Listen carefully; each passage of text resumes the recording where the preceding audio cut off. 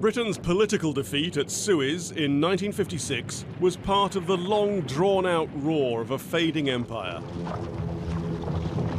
The UK would pull back from its bases east of Suez, play a reduced role in the world.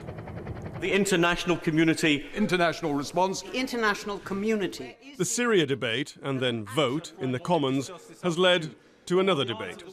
Is this a signal that Britain's role has further shrunk? It's only 2 years since Britain committed to action in Libya.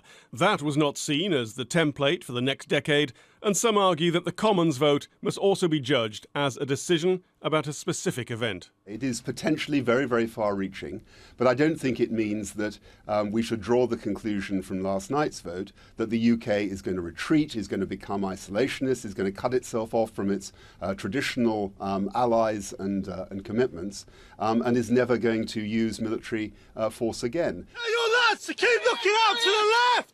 Others say that after Iraq and Afghanistan, and the funding cuts the military has suffered, the vote is part of a process where Britain's leaders no longer write strategic checks, which the military struggle to cash.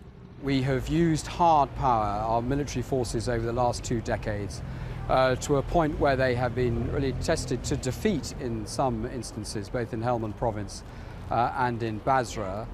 And I think it's about time that we got our hard power aspirations back in line with achievable foreign policy objectives. The UK does remain a leading second-tier military power, able to project force. In the 2020s, it will again have an aircraft carrier. However, the inability to mount large, sustained ground operations will mean greater scrutiny about committing force. As for the special relationship with the Americans, it survived Suez, it survived the UK sitting out the Vietnam War. It is likely to survive this latest test. The British were in Bosnia with the Americans and in Kosovo, Iraq, Afghanistan, Libya. They are likely to be alongside them again. Tim Marshall, Sky News.